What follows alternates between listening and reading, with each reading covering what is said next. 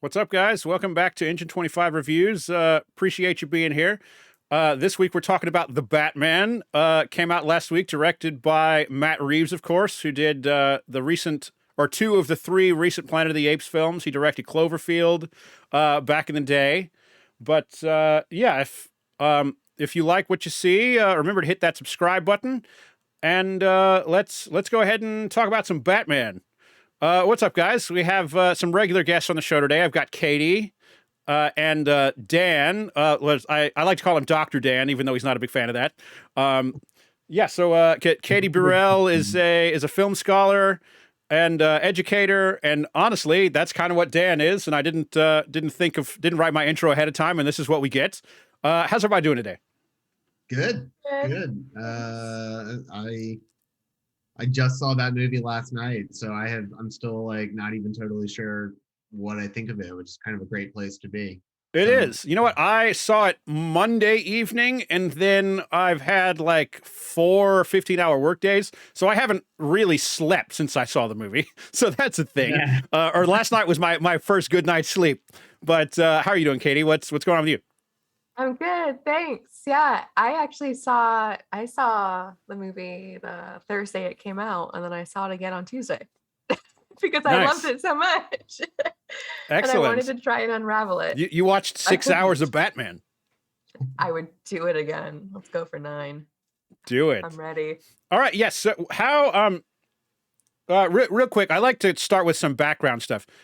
Katy, how do you feel about Batman going into this? What's your experience? Like, I know you're not a big comic book person, but we've talked about the Zack Snyder movies and such. So tell me about your history with Batman. Yeah, so I'm not a comic book reader per se, but I absolutely love a good comic book movie, no matter what that looks like. I like to see what happens. I've loved the Marvel movies, and I've enjoyed the DC movies. And there's things I like about all of them. And then there's some things that I don't quite like, and that's the way it goes. So with Batman, I was aware of the ones previously and the different Batmans, but I think for probably all three of us, the big thing that I knew was the Christopher Nolan Batman movies. Mm-hmm. So that's the main influence that I came into this thinking about. And of course the Ben Affleck stuff, but does that count? It absolutely does. If there's anything I like about the Zack Snyder movies, it's probably Ben Affleck as Batman. But that's okay. We've already done that podcast. That's okay. Yeah. So but I knew that people were gonna bash the Robert Pattinson casting that didn't actually know his work. That people who don't watch good movies are making fun of Robert Pattinson.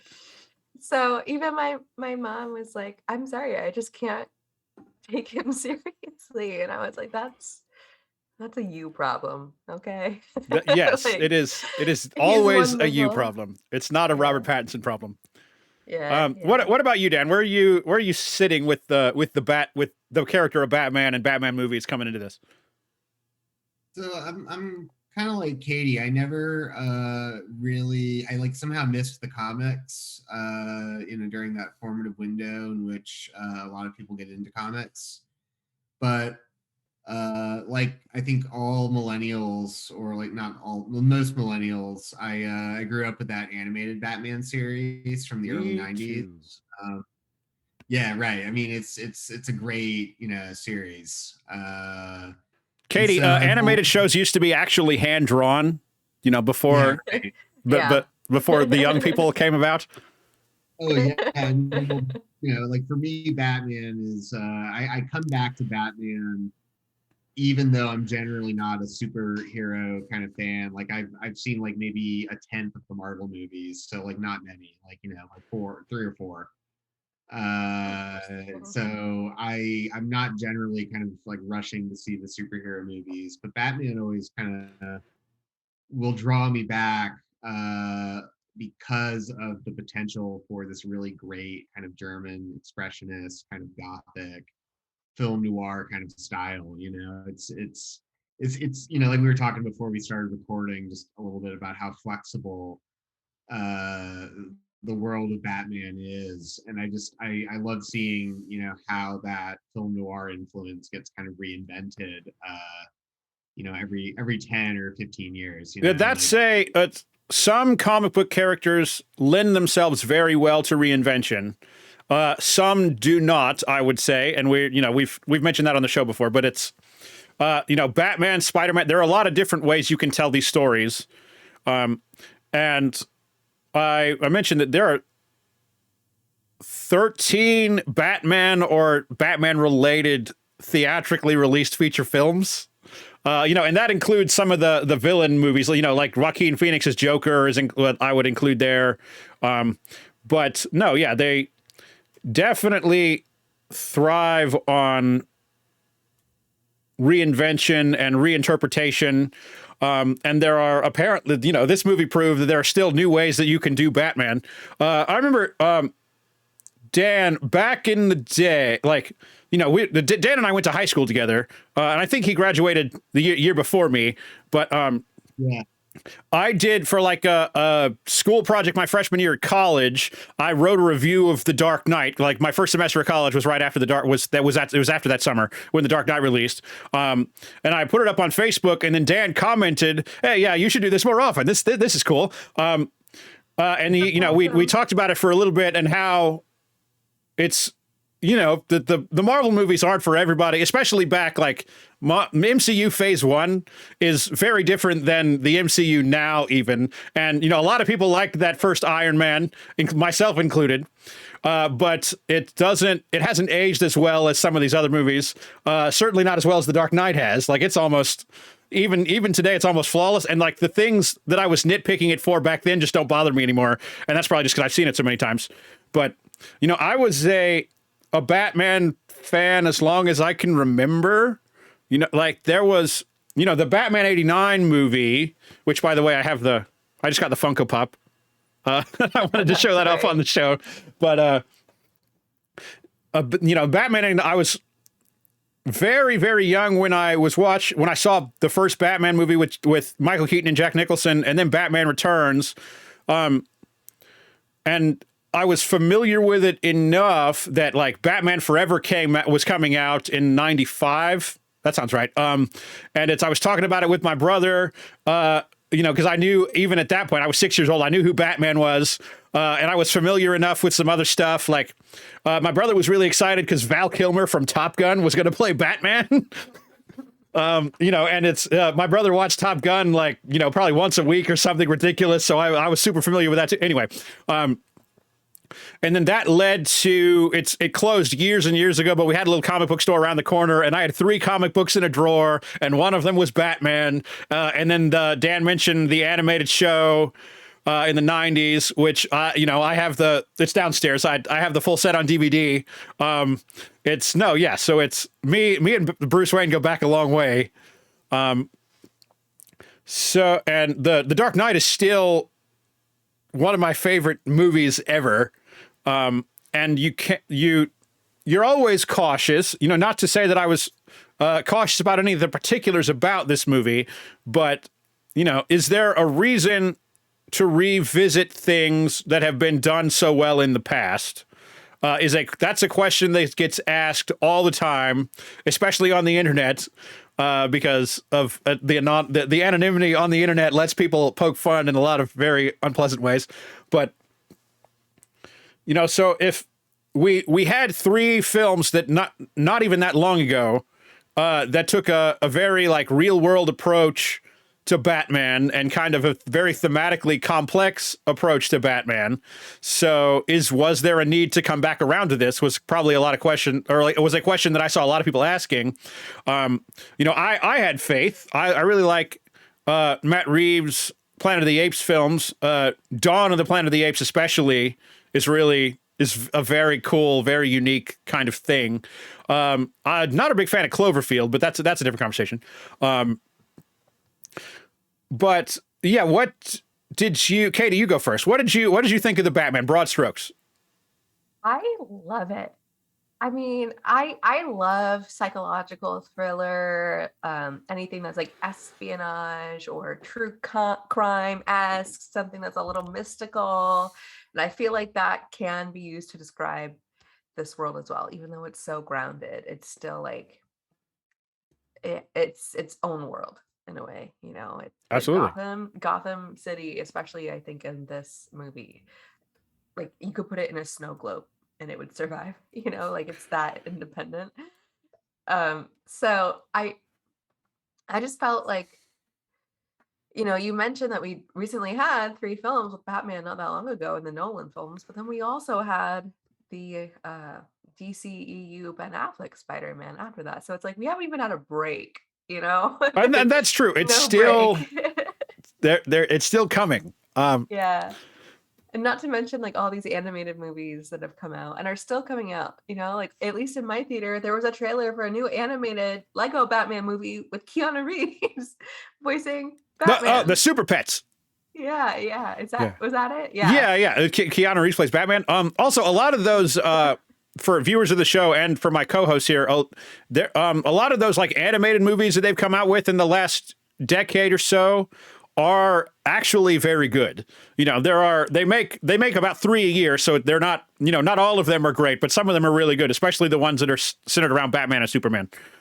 I'm sorry, I didn't mean to interrupt you, but Oh, yeah, just okay. alternate viewing is I recommend several. But that's just, you know, that proves my point too, is that there's a lot of Batman out That's true. there. And so I felt like if you can appreciate the work that's gone into it and how it's different from the others, and kind of try and mentally separate yourself from, you know, the iconography of the Batman, you know, I think it really works. And I thought it's a beautiful film. It definitely benefits from the writer director combination because Matt Reeves directed and wrote it as well.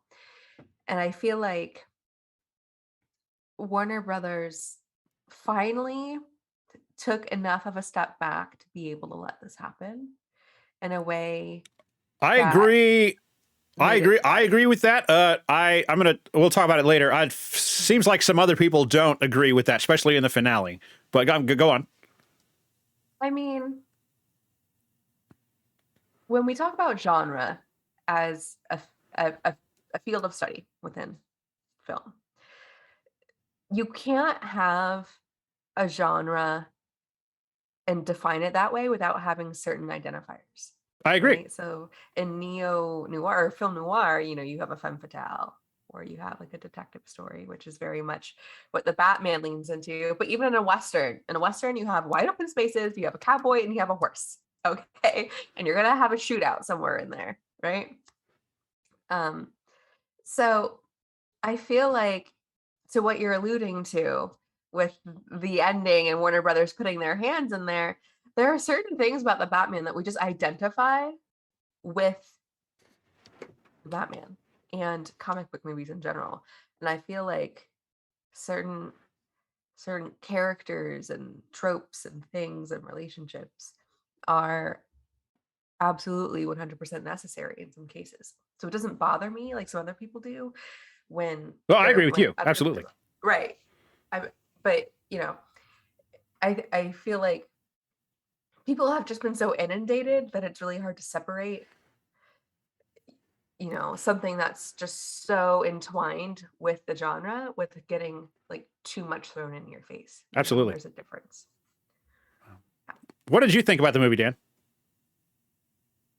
I really liked it. The Twitter hot take that I was composing in my head the entire time I was watching it was you know, The Dark Knight, you know, gave us Batman reimagined as if it were Heat, you know, and now we finally have Batman reimagined as if it were Seven. So, you know, we're now we just need Batman reimagined in Casino, and we'll have like the great 1995, you know, I love movies it. redone as Batman stories. But yeah, no, I really enjoyed it. I'm kind of a weird contrarian with Batman. I am on the record as saying that Batman and Robin with George Clooney is like way more interesting than people give it credit for. I wrote a little. Interesting is a word I could use to describe it for sure. Yeah. I wrote about it in my dissertation as like an example of camp, you know. So it was like so I was like fascinated with how, you know, unintentionally hilarious and intentionally unhilarious, you know, that film was. But on the other hand, I'm not crazy about The Dark Knight. You know, the more that I watch that, like, Oh yeah. yeah, I mean, I really loved it when it came out. I saw it like 2 or 3 times in theaters.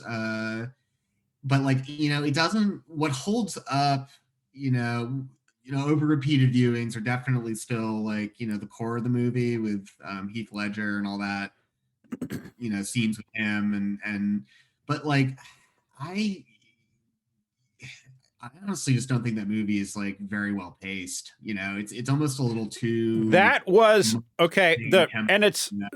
I love it so much, and I can't count the number of times I watched it. But that was the only really thing that I could complain about when when I first saw it and when I wrote that review that we discussed years ago. I don't even know if you remember, but it was like, and maybe I was pretentious at the time, but like I didn't feel like it needed to be 160 minutes. Yeah, right. But that is also a point I would level against The Batman, which is a movie that I really enjoyed, but I don't think it needed to be 180 minutes.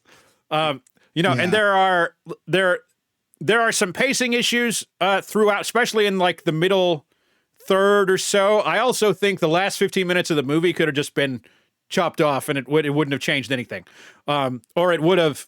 And we'll talk about it in detail. But you know, there are moments in that kind of epilogue that I think actively detract from the movie as a whole. So.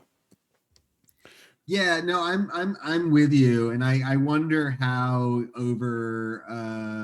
how this one will hold up to repeated viewings, because yeah, like I'm already like with this one and The Dark Knight, there's already kind of like a mental editing job that happens where you sort of like sift out like a lot of the stuff that just kind of like probably didn't need that many subplots, you know, like probably could have cut like at least one of those subplots and had a tighter movie, you know. And you could say that probably about The Dark Knight too, you know, just like I will say this is after watching The Dark Knight, you know, we were young at the time, so like we had a big friend group. We took up a whole row of seats at the midnight showing, you know, when that was still a thing that they did. Like, these days they release movies at 7:00 on a Thursday evening. But no, yeah, like if you wanted to be the first one, grew up. Yeah, if you wanted to be the first one to watch it, you had to be sitting in the seat at midnight. And you know, it was in the summer, so we didn't have school the next day or whatever. As soon as it was over, I wanted to go again. I had seen it twice by the end of that first weekend, you know, and this one I have not been itching to go back to.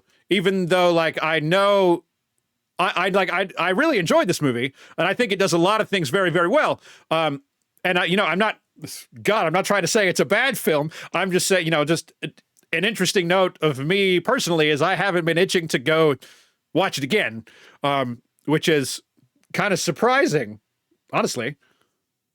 I think it'll play better, honestly. Like so many movies, it feels like kind of almost more for streaming, you know, right?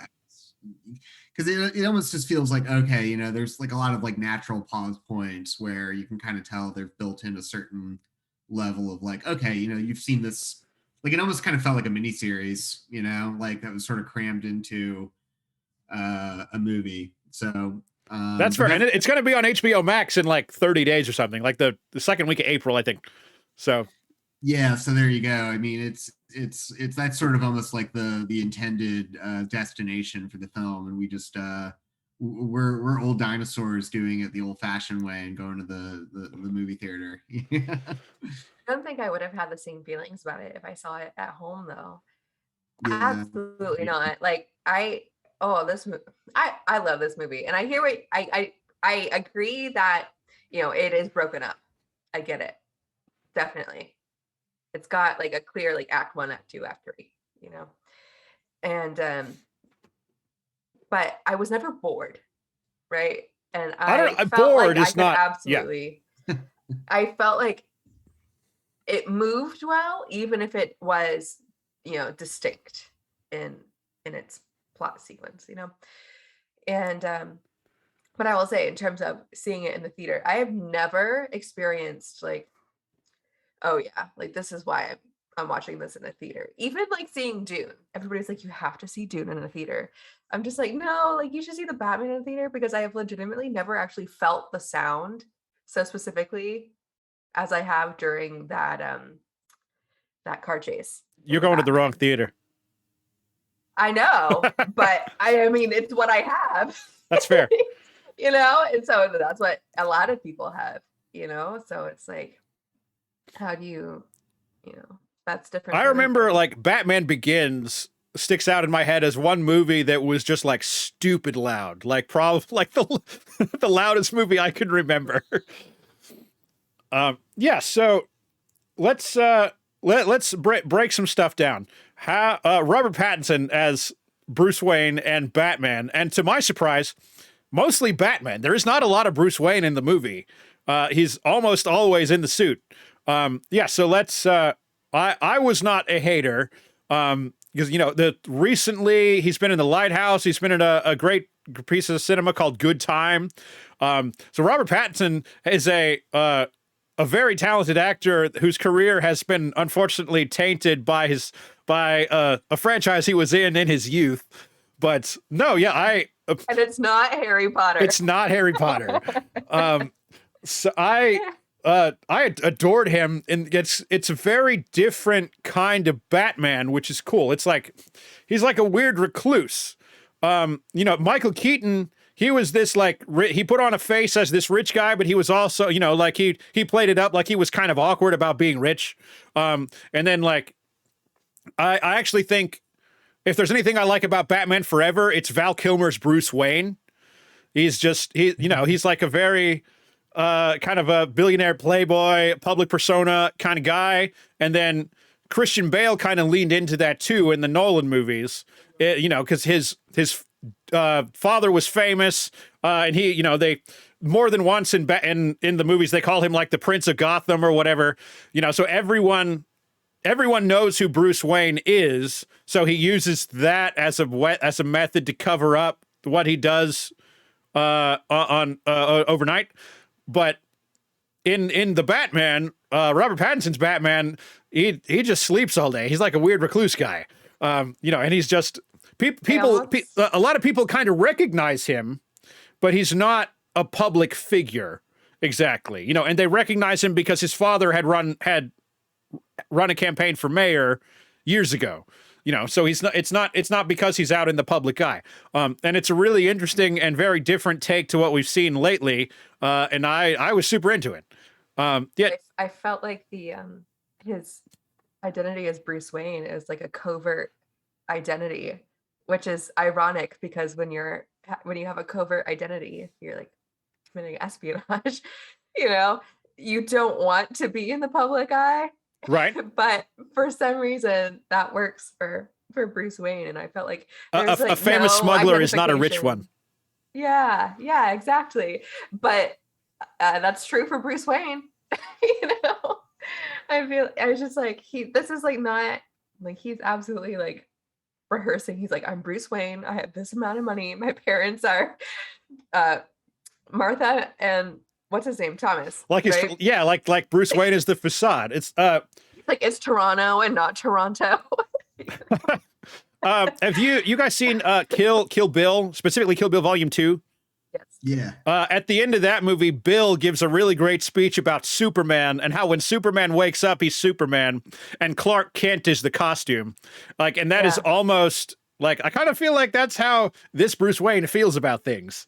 Is, like he's Batman all the time, and when he has to go out in the sun, he dresses up as Bruce Wayne. And puts Well, on sunglasses. Yeah. Like I was saying earlier, my one of my favorite moments in this movie is just when you finally get to see, the close up of Batman, which is always like the moment in the Batman movies where you honestly, like, if you just like line up those scenes where you like see Batman for the first time and just do like a supercut, you'll have like the perfect 10-minute kind of encapsulation What of like is how flexible Batman is. Yeah. Because the Clooney ones, it's like, it's just like, oh man, like here are the bat nipples, like what movie you're in for with the bat nipples. Here it's like you're seeing he's got his like dark makeup on, and like there's a Nirvana song playing in the background, and Alfred is just like, dude, you need to get out of your room. Like, you need to go outside. So I like, you don't have any money. I enjoyed seeing like a really brooding emo Batman. I mean, it's like kind of right on that edge of like any second it could teeter into self-parody, and maybe on repeat viewings I'll be like, this is really funny. But I loved it. It felt like The Crow. It reminded me of like the throwback. Everything's gross. Yeah, right. Blade Runner. I had Blade Runner vibes. It felt very like Seven for long stretches of time, which I like the Blade Runner comment, because like a lot of this movie is filmed in like London and Glasgow, where it has this like kind of like real world but kind of old world kind of architecture. Like a lot of the buildings aren't very tall and that kind of thing, depending on which section of the movie you're in and where they are, obviously. But like, but then less like your Blade Runner note, there's one scene early in the film where he's on his motorcycle and he drives by a bunch of like 100-foot LED walls, and it's just like you have all these old looking buildings and then they just slapped all this new shit on this like old kind of thing. So it's like a really interesting mix, like as far as the design of Gotham, and it's not like it feels like it could exist, but it doesn't look like anything because of the like kind of the mix and the style there. Like it doesn't feel like any place that we can recognize. Whereas like in the Nolan movies, Christopher Nolan's whole thing was, this is just an American city. Gotham City is Chicago. And in fact, it's literally filmed in, like he didn't take any time to hide that it was filmed in Chicago. He just wanted it to look like an American city. Whereas this Gotham is it's like a weird mix of old classical architecture and like new shiny, but the new shiny doesn't feel like it really belongs in an interesting way. Like it's deliberately that way. Well, I'll jump in here and just say two things real quick. Like one, yeah, the architecture is really like one of the most interesting things about the Batman movies. Because speaking to that, I mean, Dark Knight Rises, a lot of that movie is filmed in Pittsburgh, which is where I'm based right now. Right. So like, there's like just explicitly like a lot of moments in that movie where it's just like there's no attempt made to create a composite. I mean, there's sort of an attempt made to create a composite city, but for long stretches, it's just like, no, that's where the Steelers play. Excellent. I definitely know, being in Atlanta, I notice a lot of places that I recognize, and it's like Baby Driver, especially what sticks out in my head as there are a lot of car chases in that movie, but I was just like, all right, in the last shot you were in this place, but then you were suddenly here, and those two places are not close together. Anyway, it would be awesome to see the next Batman iteration filmed in Atlanta and see how that. Oh man, that'd be weird. I know. I want to know how that influences it. I want Gotham to be the city of Atlanta and just like see what happens. It would look even more like a Michael Mann film. It would, because Manhunter is Atlanta. So just imagine like Batman in Manhunter, and it would, that's what I'm picturing in my head right now. But yeah, anyway. The weirdest thing I'll say is, as someone who's moved around a lot, is seeing Atlanta be represented through Pittsburgh in Mindhunter. Yeah, that was like the most mind-bendy thing I've ever seen. It's just seeing Pittsburgh try to double as Atlanta in the 70s. But anyway, you mentioned one. I'm sorry. Go ahead. No, I was just gonna say this film with the architecture, what you were saying a minute ago about like the mix of old and new. I mean, that's sort of in a lot of ways, I think what the film is just doing on a macro level, because it felt so simultaneously like a throwback to like this older kind of more noir detective. Like it felt like a film noir. It felt like It really did, yeah. It felt very purposeful, and I appreciate the German expressionist comment that you made earlier, Dan, because it is kind of like if we took like an early Eisenstein movie, like from like the interiors and like placed it into this film. I'm just like it's right there.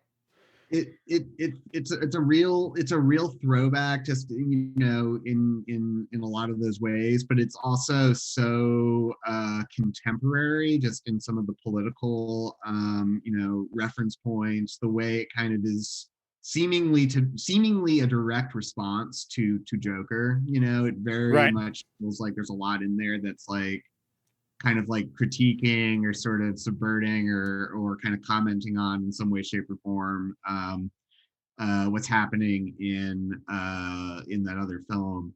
So anyway, what you were saying about the architecture was really interesting, because it's a visual representation of what the film is kind of doing, on the with theme and with some of this like layering all of these different kinds of the past and the present of Batman, the future of Batman, kind of just layering it on top of each other, where you can kind of see the bricks, if that makes sense. It definitely does. I'm just curious to know if audiences in the UK or like in Europe would be having the same conversation, because that's just kind of like their everyday metropolitan view, so right. Like I don't know if that would hit the same way for different audiences. And that may be true, and this is, like I said, I live in Atlanta, and at this point, 3 out of 5 movies are filmed in Atlanta. So I see a lot of things that I recognize, and that's, for some people, that can take you out of it for sure, or like, if you live in London and you watch a movie that's filmed in London, you watch any James Bond movie, you're like, I drove by that thing every day, this is. You mentioned another thing, Dan, about like in each of these films, like the first moment that you see Batman, and without fail, they always try to make some kind of statement, whether or not it's a statement that they probably should be making or that statement is successful. It varies film to film, but it's this movie I thought was really interesting there's not a lot. There's only a few minutes in the movie before we see Batman. Like we have the intro where Riddler. By the way, we're going to spoilers. We have the intro where the Riddler murders the mayor. Right. So that was freaky. Yeah, and it's the Ave Maria, and then like you just for a moment you see. Did you notice you see the reflection in his glasses as the mayor's moving before, like, because behind him is very dark, and then you suddenly like see him back there before he steps forward. Anyway, so we talk about that too. But the first moment where you see the Batman in this movie, he's like clopping around with his big goofy feet. Like it's the Christopher Nolan, and we're gonna constantly compare things to Christopher Nolan, or at least I am, and for that I apologize. It might annoy somebody, but. His Batman was like a trained ninja, and it was all about being silent and attacking from the shadows. And it's like, no, this Batman just walks in the front door. It's like, hey, what's up? And that's for when the gang is roughing up that dude who came off the subway, and Batman just walks up to them, and he like you hit the footsteps. And it's like very different, but also really effective in an intimidating way. Like something is coming for you. And it's, what the hell are you supposed to be? And he beats the shit out of the guy. Yeah. No, it's very different. He doesn't, he's dressed like a bat, but he's armored, and he's like, he doesn't really try to sneak up on people like we've seen in some of the other movies. He just walks up and says hello, and if you don't leave, it goes very poorly for you. So, it's just, there, a moment, you mentioned like, you know, the first scene with the Batman is always, it's always done a certain way and it kind of establishes a tone. And that is absolutely the case here. And it's very different than what we've seen in the past. And, you know, that's something that I dug. You know, it's like, it's not, it's new and it's cool. And how do you, I'm gonna have to get up here in just a second. I got to go handle something. But how did you guys feel about like the look of the bat suit and like, you know, some of the other stuff? They're particularly Catwoman, but also Batman. Like his look is very homemade, in my opinion. You know, and I'm not sure like where he finds these metals that are like miraculously bulletproof, but like the batsuit, just from a visual standpoint, looks like he put it together in his garage. Like, and it's not in a bad way. It's just it's another visual cue about the kind of world we're living in. It's like, you know, Christian Bale's Batman was repurposed military technology, and this is not that.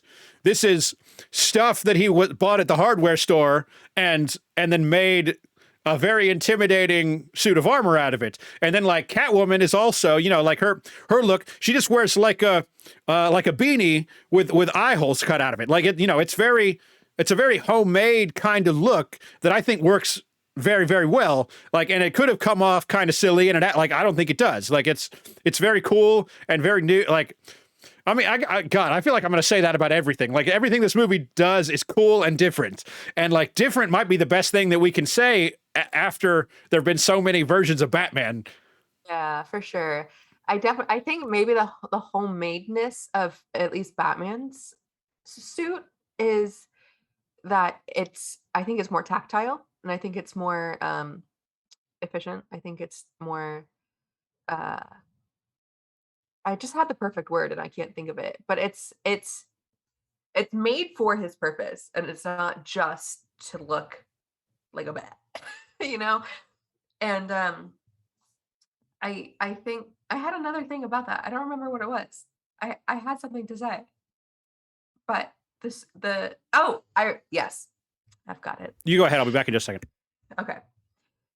I was watching or reading something the other day, and it was talking about how all that stuff with Alfred in the very beginning, he's talking about the accountants are coming, you're spending a lot of money, like you gotta keep up with your family's legacy and that whole thing, that dynamic there. If Batman's having, or not Bat, if Bruce Wayne is having money troubles, it's because he's funneling it all into the Batman. He's not leaving himself enough capital to grow, you know?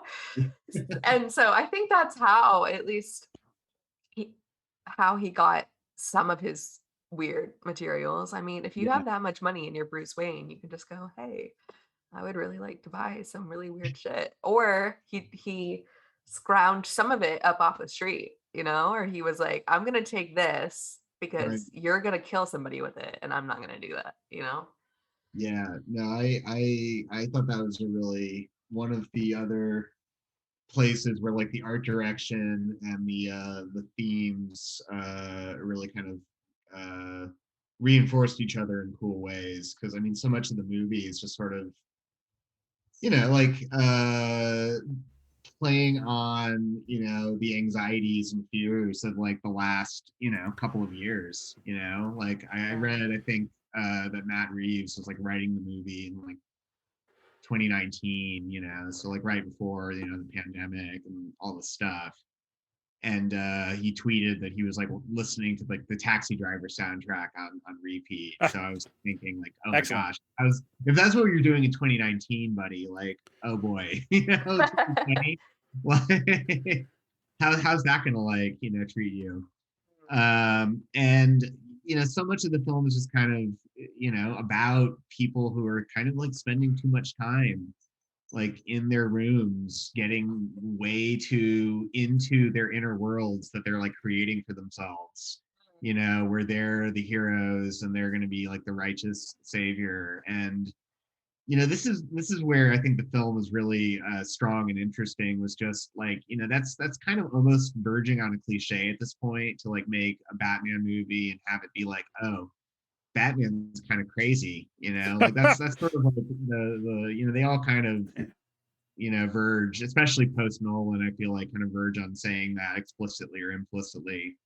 But this one really kind of, through some of those tactile details that were kind of underlining just like the homemade kind of quality of the suit, compared to like, just comparing his lair to Riddler's lair, just the way that they're both kind of like, building these sort of worlds. I felt like that kind of goes a long way to like hammering those points home and kind of giving them, dramatic weight. So yeah, anyway, art direction was great. Really for revealing sure. a character, in that I classic definitely, way. I definitely see what you mean by Blade Runner comparison. I couldn't put my finger on it, but that's definitely why it feels so familiar and I think effective because Yeah. you think of all that dark and like neon kind of like I don't think the Batman feels post-apocalyptic, but there's something really tangible about that sense of dread that they both evoke, if that makes sense. You mentioned post-apocalypse. We might be getting something like that in the sequel. And That would be great. there's a big word online from late 90s. There was a comic book run called No Man's Land that went on for a couple of years, and it was Gotham post earthquake, and it was like Gotham became a quarantine zone because big chunks of it were no longer inhabitable. And that was like even like the Dark Knight Rises kind of pulled some of that, like kind of the vibes about like Gotham is if you're because you're in here, you're stuck here, and you can't really go out on the street because it's dangerous kind of thing. And now that, spoiler alert, the Gotham's flooded because Batman loses, and yeah, so it's the next movie might go in a new direction based on that. But one other thing I want to talk about before we move on from art design, and I feel like we skipped over a lot of other cast members that we can mention, but when we did the video on the trailer for this movie, something really stood out to me in the trailer visually, and that was everything is black or gray, and every shot has one color in it. And that is, and that color changes from scene to scene, but the movie largely kind of maintains that to like an impressive degree. Like this, it's unusual approach to the art design, and it's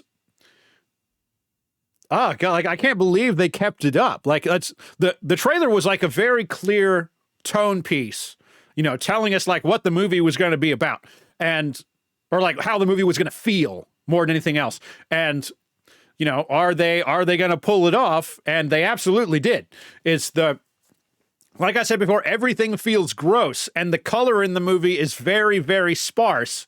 But when it's there, it's really meaningful, and it's, often there's only one contrasting color in the shot, so it sticks out really vibrantly because everything else is gray. So it's the very like a picture frame. It's like matting, like when you have a picture and you put a mat in it. Absolutely. To like highlight what's actually going on in the thing that you're framing. Same thing. Yeah, and it's visually interesting, but it's really meaningful, and like in that I bet you could, going back through, you could look at the movie and look at that one color, whether it's like blue neon light or it's the sun's coming up, or like gunfire is this really vibrant orange pop throughout the whole movie. And I know you're smiling because of the hallway shot where it's just like the whole like the scene in the film where the only light Batman's walking toward the thugs and the only light is muzzle flashes, and it's absolutely incredible. And apparently they because it goes to a complete blackout every time, it looks like it's one take, but yeah, like it was filmed very deliberately to be like, and it's 3 different shots, and it's broken up by complete darkness, but it's otherwise like one of the most Batman images that's ever been put in a Batman movie. Is just like, he's just walking towards you and there's nothing you can do about it. And when he gets to you, he's going to beat the shit out of you. Like, it's just so, it for something that is like on the surface so simple, It's the most complex for the whole Yes. film. It's like he is the darkness, he is vengeance. It combines the art design, and the cinematography and the direction and how they wanted to go with the costume and like how that feels so visceral. And just Visceral is a great word for it, and that it's a word that gets thrown around a lot, but I think it really fits in this situation. And it's because it challenges your senses as a moviegoer, which we don't really get. It's so, most of the time, especially with blockbusters like these, it's so inundating with color and sound and action and all these different things. But something on the surface that's so simple: Batman walking down a hallway, it's dark, beating people up, and you have very practical light source, right? That's not easy to shoot, but it's a very simple. When you pull it off, it's incredible. And I was like my jaw dropped. Like I don't know what happened in the next 3 minutes because I was in disbelief that what I had just, and it's only 15 seconds. It's not even a big significant thing. It's a kind of the climax of like a little action scene, but it's it's incredible that they take so much care even in the moments where it's a little action beat between two investigative scenes, right? He's moving on to the next thing and he has some thugs in his way and he just has to deal with it. But it's wraps up two different goals of parallel action, and it's like the perfect exclamation point on that particular quest of that film, right? Because then the next thing is, spoilers, is Catwoman being choked out. And then the thing after that is like, all right, well, now we know where he is, but he's like still in the shadows, right? And we don't have anything else to go off of, and so comes in and saves Selena. But it's like that's the next time we see him after that, right? And he literally comes out of nowhere because you think that she's gonna bite it, or at least I did for like 0.2 seconds. Like, are they gonna let this? Are they gonna kill Catwoman in the first movie? Is this gonna happen? I was like, there's no way, but like the way that they did it, they just like went just far enough that you were like, oh. Let's talk about Zoe Kravitz's Catwoman. Like I loved her so much, and she has this like really like antagonistic but also playful relationship with Batman in a way that's really effective. Like when they're together, that like the screen just drips with the sex. Like it's fantastic. Yeah. And it's like, and I love that she calls him Vengeance, like making fun of him almost. It's like, hey, Vengeance, what are you doing over there? Which is a great kind of like foreshadowing tease for the end of the film when he's like, yes, this doesn't work. Go ahead, Dan. No, I was gonna say she's another good example of how like the film is kind of layering all like the different histories of Batman and these other genres kind of on top of each other.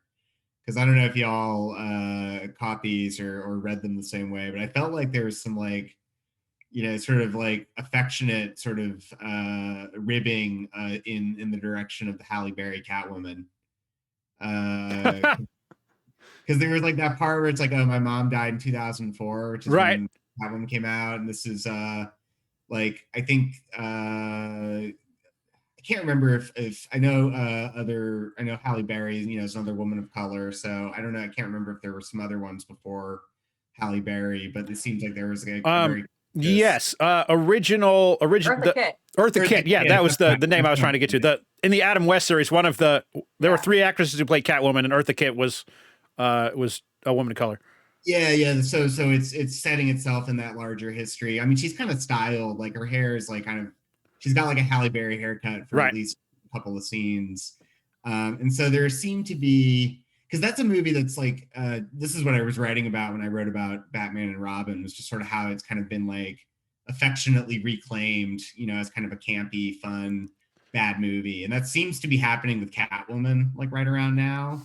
And it kind of, I don't know, I sort of read some of these weird... I would rather watch Batman and Robin before I watched Catwoman, but maybe that's me. I haven't taken the Catwoman plunge myself, but I don't know. but that's just one like example of like where the film seems to be kind of building in this larger kind of universe. And I Yeah. generally like that can sometimes read as very like, here's a big fan servicey kind of like throwback moment, exclamation point, circle. But Yeah. I felt like in most instances in this film, it felt like that always happened when there was also kind of thematic, critical kind of commentary happening too. It never really felt just like, here's a reference, here's a throwback. It felt like Right. there was something, kind of being filled out with that content, I guess, if that makes sense. But even with Zoe Kravitz herself, for the promotion for this film, she's really leaned into that playful sense of camp. Like Yeah. she wore this amazing, like literal, like cat motif dress Yeah, at right. one of the premieres, and I thought that was just like she's leaning into it so effortlessly in such a playful way that I can see how like her her herself as an actress brought some of that flair into the character of saying, all right, like we get it, this is how it is, and you can't really have Catwoman without a little bit of camp. you know she Yeah. is camp. Like if Selena Kyle were invited to the Met Gala a few years ago because it was a camp theme, she would be like, I'm gonna wear a cat dress, and that would just be how that is. So I admire the way that whole dynamic with the legacy of the Catwoman versus the legacy of the Batman has spilled over into how we actually approach seeing it as a film and not a reality as the story. So anyway, she's great. Yeah. She's I fantastic. thought she was fantastic. And like I said, their chemistry together is incredible. And Yeah. they basically only interact, like she doesn't know Bruce Wayne is Batman. So he only interacts with her in the Batsuit, right? So and she does, I know he breaks into her apartment once, but is she like, she's in the cat suit at that point too? I don't know, but I don't think he ever broke into her apartment. He was or like, she hey. takes him there. Yeah. Yeah, she takes him. Yeah. He was like, well, I know where you live, by the way. So let's go. And they work very well together. And also I want to point out her scene with John Turturro, which is, by the way, a very different take on Carmine Falcone, who's usually this like Italian mobster guy. And even like in Batman Begins, it kind of leaned into that to a degree. He just didn't have the funny mustache. But no, yeah, this was very like, I don't know. It felt right based on the movie he was in, even though it was so different than anything that we've seen before. But yeah, there's Zoe Kravitz's scene with him, and she was just like right on the edge of losing it the entire time. This is like there's so much going on behind her eyes because, spoiler alert, in this version, he's her father, and they have and he had a bad history with her mother. So she goes in to settle a score basically, and there's a very intense scene, and both their performances are absolutely incredible. Hey, Katy. Yeah, he heard that we were talking about cats. So Yeah. I mean, it's only appropriate. What about Paul Dano's Riddler? Here's another moment that surprised me. We just like we don't really see a lot of Robert Pattinson outside the cowl. There's only like 2 scenes here with, there's very little screen time of the Riddler where he's not wrapped in like plastic wrap. I thought it was awesome. Yeah. Paul Dano, I mean, this just overall about the casting. I mean, I just, you assemble a bunch of actors who I will basically be happy to see in any context. Yes. And, you use them sparingly but effectively, Yeah. like because Andy Serkis, Zoe Kravitz, I mean, Robert Pattinson, like it's weird. It's like it's definitely a movie where I want them to like just get rid of a subplot just because I am old and have ADHD like everybody else these days. So, but that said, paradoxically, I also found that the less is more approach really works wonders for some of these kind of supporting Absolutely. roles. Yeah, it's almost like an ensemble in that way, Yeah, even though it's called The Batman, but they know where those characters' places are in their performance, and they know where to push it and where not to, which I think is the mark of a really good acting directing relationship. yeah. Well, I think the payoff moments, some of like a lot of the stuff that I'm already have forgotten about, like not even 12 hours later, is just sort of some of this like plot churning exposition stuff you get in the middle of the movie especially, but like what lingers are some of like the key kind of character moments, like the conversation between Andy Serkis and Robert Pattinson at the beginning of the film that we've alluded to, and then with Paul Dano, just his introduction is very just like it's been a while since I feel like I've just had that experience where a movie does this like Seven did the same thing, just to kind of go back to that for a sec, where you have a character who's effectively off screen for most of the film, but they're kind of hovering as a presence, and then they're introduced, and it's not just kind of like an anticlimax or a complete kind of like veer into ridiculousness. I don't know. I found that was very effective to finally see that the people who are kind of committing these horrible crimes are just like pasty dudes with glasses. Yes, he was. He's intimidating when he's in the mask, and he does some really interesting things with his voice. Yeah. But when you get him unmasked, he's just like a little white guy. He's just like a little tiny Which dude. is, I think, the scariest part, because it's just like, who is this guy? Yeah, like it really plays against expectation in a really interesting way, I think. Yeah, and that's the hardest thing in my opinion, having gone through quite a bit of training. I do speak from some experience that acting insane is the hardest thing, because people who are insane don't think they are insane, but the Riddler is definitely aware that he is taking this over the top. But Paul Dano treads that line so carefully.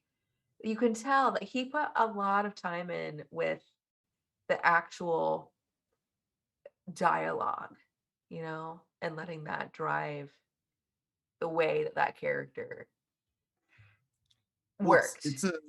It's a place too where I found that the film really, we were talking about Zero Dark 30 a little bit before we started recording, and it's a film where it's a moment where the film really kind of opens up to just this larger kind of scary world that we're living in right now, like in a way that you normally don't expect to see in a superhero film, but do expect to see in a film like Zero Dark 30 that's explicitly about politics, or United 93, which is explicitly about 9/11, or so on and so forth. And I don't know. I mean, I think the way the film kind of starts as kind of like emo Twilight Batman, and you're like, okay, haha, sort of whatever, this another dip in into the ocean of Batman.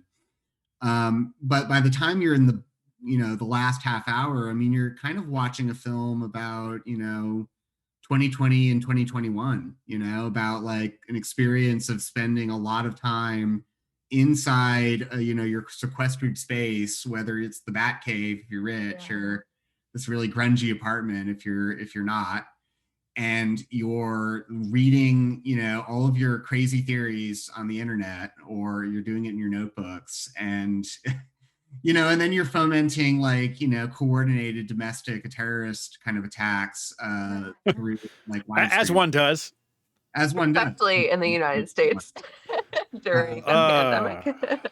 So you just that's where I think that having a 3 hour kind of an expansive film, the miniseries as film kind of approach really works in its favors. It can kind of very gradually sort of allow the Batman world and the real world to converge in a way that I mean that was what made the Nolan film so interesting, is how you were talking earlier about like the military grade hardware and just how much. I mean, those movies are so of like the Iraq War in that moment, Yeah. that's and true. Yeah. in a really like fascinating way. And this one, is also like very consciously, trying to use the Batman kind of mythology, I think, to sort of open up some space for thinking or sort of processing through some of the, Yeah. I don't know. And I had a hard time not thinking about January 6th when I was like watching the end of Yeah. that. oh my God. I quite honestly, none of that occurred to me. Oh, And really? now that you say it though, like there's something about all of that that didn't sit right with me, and I was just like, oh, Yeah. this feels familiar. This is super grounded, and that's why. And as you were explaining, I was thinking about that short scene with Bella Real with all of the first responders behind her, and she's talking about how Gotham is resilient and we will be better and have some hope. And in the aftermath of like huge disaster, Yeah. and And an I attempted feel, political assassination of an explicitly like left wing, yeah, candidate. yeah, yeah. Oh God. Uh, But it's that I feel like that had to be a very specific piece of. I'm not doing the writing justice because the way that speech was written was really it was poignant without being unnecessarily uh like a spin piece, like so much of what we in our world hear from our political leaders these days is like regurgitated bullshit. you know Facts. like yeah. yeah, and it's just like who actually wrote this, but I think my point is that there's something very authentic in that piece of writing because it can be in something like a very cinematic piece that's trying to alleviate some kind of burden, you know? I feel like that's what that speech was doing. It was like, all right, we've been through hell and this is the opportunity to actually comment on that. And I feel like the way that um that was delivered in this movie just reinforces your point tenfold. I mean, yeah. Well, Totally agree. I'll get theoretical for like 30 more seconds here and just sort of Right. say that, because we were talking about genre movies earlier, and Mhm. I'm just, genre movies are where like ideology is always kind of doing weird and wacky things, and this is going to be kind of a superficial like hot take, so maybe this will get the internet riled up, but I find that the Marvel films, like the way that they're ideological a lot of the time is that they're just trying not to piss off China, and Awkward. You're not the internet wrong. come after me. I'm inviting flaming to myself right now. No, you're not But wrong. I find that a lot of the DC films, not all of them, but like they're more likely, and this one definitely is, to kind of understand that these like really huge, like expensive kind of like franchise films where because they're going to just keep rebooting them over and over again until the end of time, there's kind of a lot of like there's almost a weird kind of like there's a lot of pressure on these guys obviously to make a good Batman movie, but there's also like weird kind of freedom to sort of just do It's weird okay things. if you mess it up because we'll do it again 5 years from now. Yeah, exactly. It's like so it was really refreshing and interesting to see a film where I felt like Matt Reeves at some point has either read some of these same essays that I've read, or has at least kind of like talked about like these kinds of like, these issues, because it was just very like consciously leaning into these real world kind of places where resonance can happen. Like it's not like becoming like overly didactic or Right. trying overly hard to not like kind of have these connections. Like again, like I find that some of the less interesting Marvel films, they're just like, no, it's just fantasy. It's not in any way related to the real world that we live in. This is its own kind of thing. And I just found just across the board that, those places where these connections were kind of placed in the film for you to kind of do with them what you will, just add up into making lines like the one that you're talking about, Katy, at the end, which can feel so like unearned and pat, when you hear it on Twitter from whoever, but like it lands, I think, because of those really careful kind of resonances with the world that we're living in, Yeah. as opposed to being just a self-contained kind of thing for the characters in the film, Mhm. Yeah, definitely. You can see this as a real world, even though, I know I said before Gotham could exist on its own and be self-sufficient, Yeah. just in terms of like how it relates to that world, but it's expanding, Yeah. and so that creates a sense of, Well, it's we can translate it. And there's that little hint at the end that, Selina's going to go to Bloodhaven. And so it's like, yeah. so there is more to Bloodhaven, the home this. of Nightwing. Yes. Well, it's the layering is coming back to mind with just like the way that the city's architecture is like a lot of old and new, and Yeah. Batman technology. And it's just I think that's where, like, again, like I my internal editor who likes to like chop things down, and to make them as lean as possible, is like, cut out at least one of these subplots and you've got a sharper movie. But like the world building is the thing that you kind of get from having a 3-hour film, and you just the ability to kind of have like it be both. Here's this sort of self-contained Batman universe, like it's like in dialogue with the Dark Knight. It's also kind of leaning back to German expressionism. It's kind of like honoring all of these traditions that Batman's kind of coming out of, while also sort of like layering in these like real world kind of resonances. Just it ends up being a very textured universe, I guess, that you don't normally kind of get in I feel like these kind of big budget movies. Yeah. So, Like I feel I like agree. it would I feel like I know what it would feel like to live in that world, yeah, right. because Well, you it is kind of already do a so, little bit. And it'd probably be yeah. awful. Yeah. It sucks. Yeah. Okay. But I can understand that feeling of like Okay. A the, couple of more you know, things I wanna touch on before we wrap up. We probably got a little bit of time. Do you, and maybe this is just me overthinking things, but like we've talked about how much Batman that we've gotten, even in the last 20 years. And there are, the benefit of, or a benefit, a good thing about a noir detective story is when the movie starts, you don't know who the murderer is. Right. It's, whereas, in this, we know Paul Dano is in this movie. We know he's playing the Riddler. And we know that he's the guy in the saran wrap with the glasses. It's like that.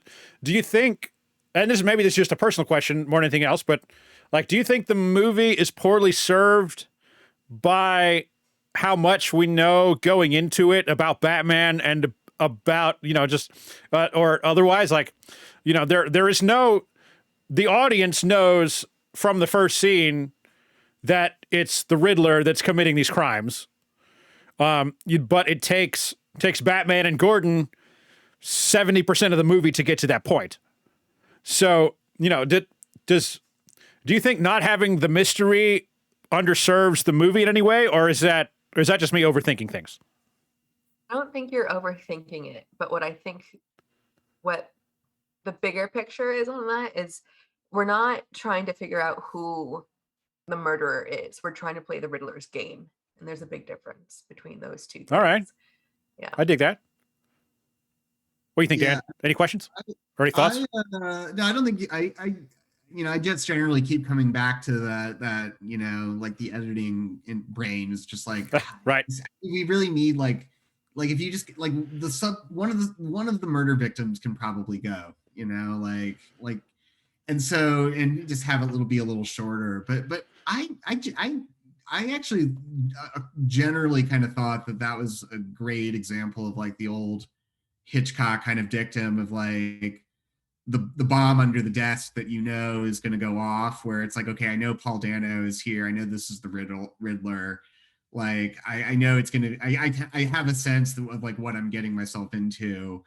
And I thought just generally the film kind of used that to good effect, to just be like, okay, you know, when he's coming, he's going to be really creepy, right? Right.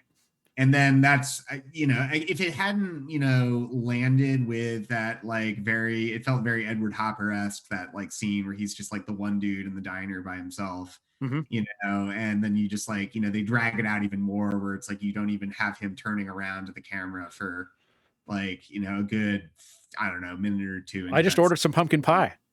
Yeah. I mean, it's you know, it's kind of like a little, you know, if I'm sitting here describing it, it's hard to not make it sound kind of like over hokey and drawn out, but like Right. being kind of in the theater, like that was a you know, again, a good example of like where I'm like, okay, you're sort of dangling this little hook in front of me where I'm going to see Paul Dano be really creepy, and I like watching him be really creepy for some reason, going back to There Will Be Blood and Little Miss Sunshine, you know, like That's so that I was into that. simplicity. Yeah. The simplicity of that action that make and the way that they film it, you know, they film it, it's just Yep. like almost just like two camera coverage for the most part on Mhm. that beat there that you're talking about. And it's simple in the way that Paul Dano, it's just, I'm never going to be able to order pumpkin pie like that ever again. You Oh. know, like nowhere, like not Thanksgiving. Like, that's murder. Okay. I appreciate your Hitchcock comment, because back to Brandon's question, like the two kind Hold on of a go sec. together, because the opening of Psycho, Mm. at the very beginning, the heroine gets killed off, you know, and for the most part we know who's done it, but the twist Right. at the end of Psycho, of course, is that he's been dressing up as his mother or whatever it is, you know. It's been a minute since I've come back to Yeah. Psycho, but it's kind of like that same like mystery Hmm. in these two films where we know what's happening, but why, you know? Yeah, right. Well, I liked what you said about the complicity kind of angle, because I thought one of the things that, I don't know, like I enjoyed Joker as much as you know, everybody else basically, but like the Joker was a movie where like the more I kind of sat with it, the more I'm just like, I don't really know why this movie wants me to like hang out with this crazy dude and sort of be in his head for 2 hours, kind Yeah. of like, I think it thinks it's like shining a light on some of these things, and you know, maybe it is, but like it's also just kind of like really into this dude, you know, and he's kind of Yeah. Yeah. and I found that, you know, because this film, you know, you kind of mentioned Eisenstein, you know, earlier, it's kind of got like a dialectical, you know, approach almost in some kind of weird way, where Batman's kind of like heroic, you know, or traditionally heroic vigilante, you know, mask Yeah. wearing, is kind of put in dialogue with what Paul Dano is doing, which is kind of, you know, could be sort of similar, you know, This if is the not. real mask. Yeah, right, Yeah. exactly. And so I found that those moments are really effective because they kind of allow you to have this very conflicted response to this character, where you're sort of like simultaneously drawn in and repelled. You know, where I don't know, I felt like Joker was much more just like, hey, you want to like live in Arthur's head for like 2 hours? Well, guess what? That's where you're going to be. And it felt like any sort of critical kind of thinking had to kind of happen sort of in resistance to the film, whereas like little moments like this one where Paul Dano is introduced, and you know, sort of that conversation we're talking about like little later on, kind of, I don't know, if like the effect for me as a viewer was very much just be like, I don't know, like both of y'all seem like you're a little you know, a little, A little, I don't know if I want either of you. crazy. Yeah. Yeah. I don't want either of you to come to the birthday party. Yeah, which again, it's like it's a common thing the Batman movies will sort of speak to or allude to, but I felt like it was it was like a good case of of show not tell, where a lot of this work was kind of being done and how like the parallels were set up rather than just like like my one of my critiques of the Nolan films that have kind of grown over the years is like I just think so much of that is just like dialogue. A lot of the big moments of thematic weight are just kind of carried 90% by like the writing. And here, you get those speeches, you get those like, we're the same, but I felt like it's an earned moment because the film has just spent so much time kind of building these parallels and these contrasts through and Bruce doesn't get it until the Riddler thug that he has just incapacitated says, "I am vengeance." Like, it's, when Riddler says it, he's just like, no, this guy's crazy. He has nothing to do with it. Like, he shakes it off. And then he has a big moment of realization when he in the finale, when the Riddler says the thing that he says. It's maybe me and this guy aren't too different, and that's a problem.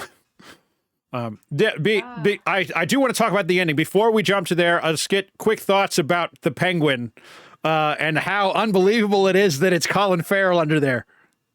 I mean, we know that in the past, I can't speak for during and post-pandemic because everything's kind of all over the place, but in the past, the Academy has awarded statues to actors who can work that prosthetics makeup. It's true. So I mean, I'm just saying, I don't know how they want to. This is coming out right after the voting periods and stuff, the eligibility for this year's Oscars and award season, because we're in it, so it's not in for this year, so they're going to go a whole year and then remind everybody about what they have here. Oh, by the way that Colin Farrell does it, and he works it. Colin Farrell looks like Richard Kind. I just think that it takes a lot to be able to actually use the hair and makeup. It's got to be exhausting for your face. You're just like, because you have to do things so much more dramatically than you would otherwise. But it's like, it doesn't look like a prosthetic. Like, it's crazy. I don't understand. I feel like he just took it, he ran with it, and it's some of it, you can tell when an actor is having a hard time in their get up, which we've seen time and time again in like things like the Marvel universe or something like that, or even actors that are just like changing their entire face shape, and you can tell that they're not quite comfortable in it. Mm-hmm. Colin Farrell is just like, that's where sit me in a chair for 8 hours. The lipping thing that Heath Ledger's Joker does, he did it because the prosthetics on his cheeks were so uncomfortable. And then Christopher Nolan said, I just want you to do that all the time. The thing he does, the mouth thing that he does, is he's messing with the prosthetics on his cheeks.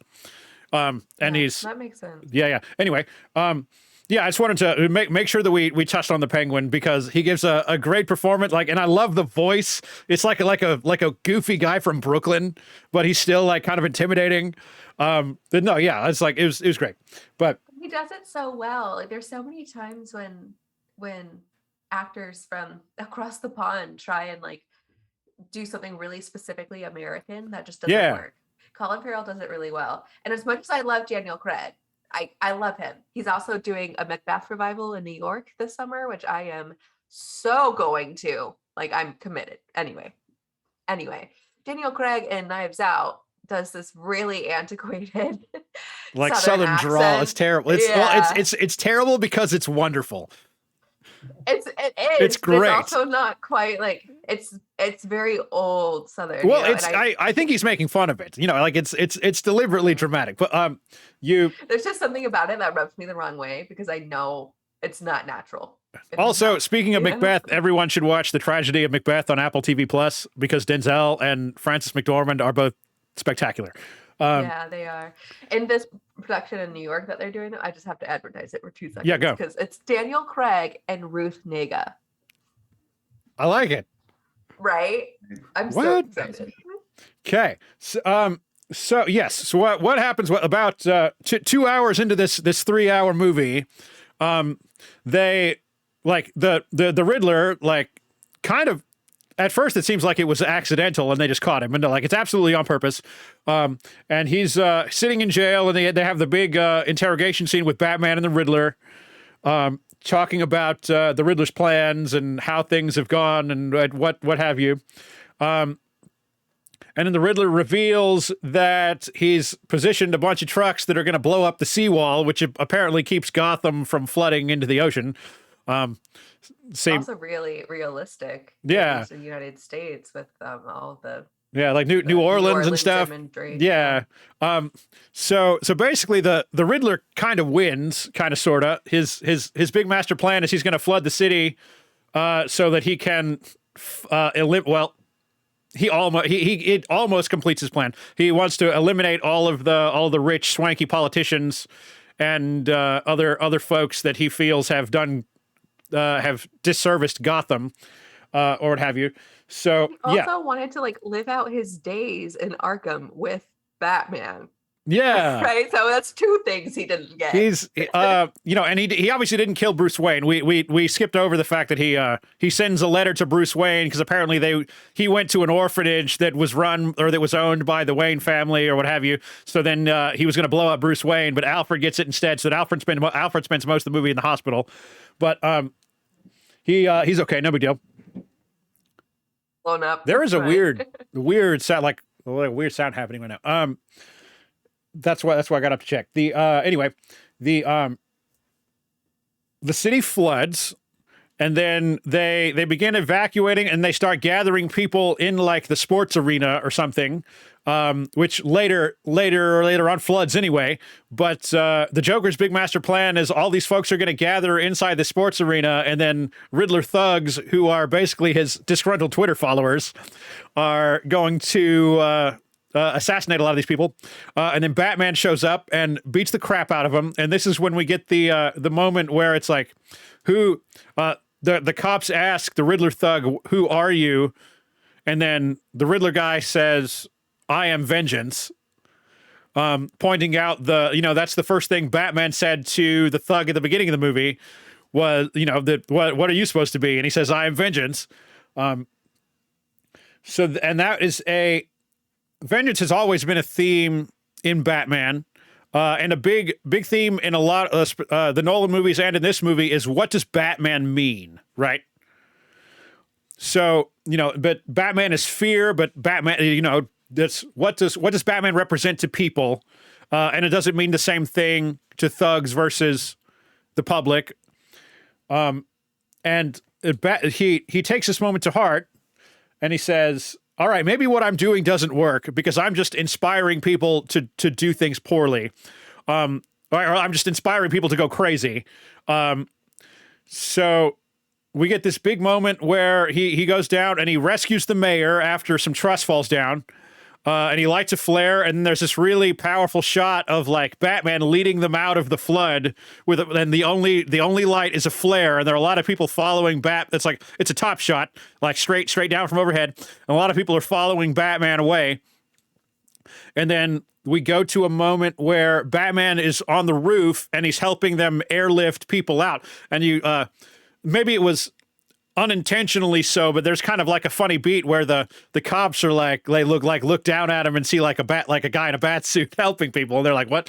But so I got a little bit of a laugh, whether I don't know if it was on purpose or not, but like there's a really great shot of Batman like looking up as the helicopter is craning folks out, and then it's the Nirvana song is playing again, and he's giving this monologue about vengeance can't change the past, so I need to change what my symbol is, and I need, people need to look up to the Batman. They don't need to be afraid of the Batman. And I think, that shot of him looking up at the helicopter That's where the movie should have ended. And the movie should it should have been cut to black right there. And the movie goes on for another 15 minutes. And I think it really underscore because the few minutes before this are really powerful. And it's it would have been a really understated. They still had the big action beat that there has to be at the end of every superhero movie. But it's really it's not a big superhero scene. There's a couple of explosions, and then Batman just beats the crap out of some regular guys with guns. Right. And he almost, he takes a beating in the process. So it's, Batman is not infallible. But he decides after all of this that he's going to really change what the Batman means to people, or at least he's going to try. And then, helping people get rescued, and God, oh God, that's where the movie should have wrapped up, because then we go to a completely unrelated scene with the Riddler and a faceless guy in the cell next to him who's probably the Joker. And it's... Yeah, I don't mind Barry Keoghan's Joker. I like that little tease was nice, but I feel like that could have been done in just such a different way that wasn't so blatantly just by the way, guess what? Hey, look, let's get ready for the next movie. And that's what is the Warner Brothers hand. Yes. And I get that. Yes. And I think that the way that they've designed and cast this Joker, I'm excited to see it. I think Barry Keoghan is going to be really Is that how you pronounce Keoghan? From what I understand, it's Keoghan. Yeah. Yeah, I just saw it. That beat is weird. I will give you that. But I don't mind the ending with Selina and Batman, just because but I feel it is so bittersweet and kind of ethereal in a very noir kind of way. There's no happy ending in this, and I'm okay with that beat considering the genre inspiration for the movie. Yeah. That's fair. And I just feel like they had already had their moment. This beat probably adds something that we didn't get without it. But the scene with them riding in their different way, they're going their separate ways on their motorcycle. It's it's very very on the nose visually. And I just think ultimately I think it was unnecessary. We had everything that we needed from Selina already. Yeah, I think story-wise, sure, but emotionally, you have action, and then you have emotion, and you have a different action beat and different emotional beats. And I feel if you just ended on an action beat, I would have been left going, okay, but the plot's unresolved. You didn't end on an action beat. I know. He gives this long speech about how he has to change his whole approach to the Batman. It's took what we thought the meaning of the movie was for 2 hours and 40 minutes, and it makes a left turn in a really powerful way. But that's also what's going to set up. We started talking before recording about thoughts. So I think that's what's going to set up the juxtaposition and a sequel of how this film was Batman with Selina Kyle. The next one is going to be Catwoman with Bruce Wayne. And I feel that final scene is the setup for the next movie that I think would play better if we didn't have to also think about the Joker. That's probably true. The Joker thing was just wholly unnecessary. We can set that up later on. I also think there are other villains that would probably fit very well into this universe. We don't need to do the Joker every time. I'm game if they want to give me more Joker, but there are also a lot of people in the gallery that would be well served in this style. The way to do it might be how, and again, this is Warner Brothers putting their hand in there, but the way to do it, I think, would be how Matt Reeves initially thought, because he has said that there's a deleted scene from the Batman where Batman goes to Arkham and consults the Joker on catching the Riddler and figuring it out. Yeah, I heard about that. And if they're going to cut that one out, they should have cut both of them. Yeah, absolutely. And I don't need, if they were going to have that one scene in there, I don't need another scene with the Joker later, choose the good one where you just kind of like casually introduce and let the audience like know that your audience isn't stupid, don't need it spelled out for them.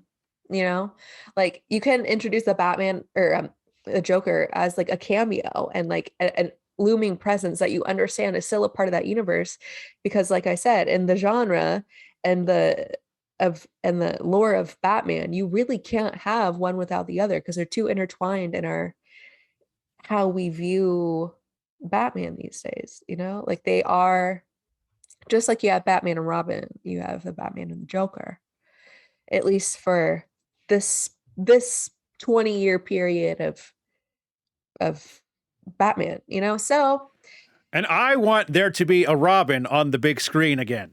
Yeah, I think it's going to be that kid from the beginning. Robin's pretty origin story, Yeah, I think that kid from the beginning, he plays Robin in something else, like a TV series. Oh no, he doesn't play Robin, but he has appeared in the Titan show that we talked about in the pre-show. That reminds me. Because I wanted to mention this during the show. The Titan series on HBO Max, which I don't think is very good. I've tried to force myself to finish it, and I can't do it. But there's one moment where Donna, who is Wonder Girl, her real name's Donna, and Dick Grayson, who is Robin, are talking about their mentors. And they're talking about how Diana is awesome and how Bruce Wayne kind of sucks. And it's like Donna says something really poignant, and it's that Wonder Woman protects the innocent while Batman punishes the guilty. And that is I think that one little thought kind of pairs well with the approach that Bruce Wayne has to the Batman for the majority of this movie. And then at the end, he realizes that doesn't work anymore. And that, like he needs to be a symbol for hope, like Wonder Woman, like Superman, who obviously don't exist in this universe, or not that we're aware, but I just think it's distilled into a very simple sentence in another show. And after the ending of this movie, like that one scene was kind of looping in my head. Any closing thoughts from either of you about the Batman before we wrap up? I just think that going forward, hopefully in a sequel, it's going to switch the roles of who's the hero and who has the alter ego and what is the alter ego. But instead of comparing the Batman and the Riddler together, they're going to explore the Catwoman, Batman, Bruce Wayne, Selena Kyle relationship in a similar way. I would be super down for that. And in fact, like this movie is not an origin story for Batman, but it kind of is for Catwoman, though. Yeah, for sure. So I think they're going to kind of flip that theme on its head a little bit and just like repurpose it in a way that's interesting for some dynamic characterization. Yeah, I really liked it. I would totally see more Matt Reeves directed Batman movies. I would also just, like more Matt Reeves movies. Yeah, he's great. I love those Planet of the Apes movies too, so I may go back and so good. Them. But I felt this way about Logan too, which is like the last superhero film I really kind of like sort of fell in love with for what it was sort of doing with the genre and its really self-reflexive kind of take on these different Hollywood genres. And I'm just, if they just want to like keep doing that, like I am always down for like a really kind of like a film that is very aware of like what swimming pool it's stepping into and is like trying to cut against the grain of what's expected and what's conventional. And I found that this one did that, Logan did that, and I'm just on board for that. Anytime they want to keep doing that, Me too. Yeah, but overall, it's very, very impressed with this movie. It's got some pacing issues. It's a little long. And like I said, I was not a big fan of the way it wrapped up after a really intense action sequence, and then a really poignant voiceover from Bruce Wayne, and then there's this other stuff that it just didn't need, in my opinion.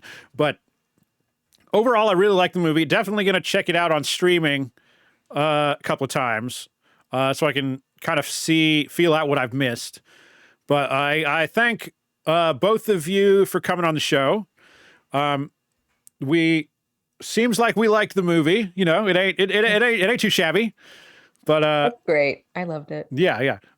It's a very, very new, very different take on the Batman. You know, we haven't really seen the detective angle in a movie before, and it's unique, but it's no less quality than certainly any other movie we've had. So thank you guys for coming on the show, and I will see everybody next time.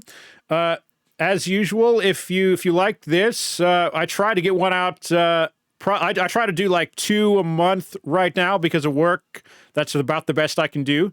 Eventually, we're going to do 1 a week, but that's probably a ways out. If you like this, please hit that subscribe button, and we'll see you next time. See you, everybody.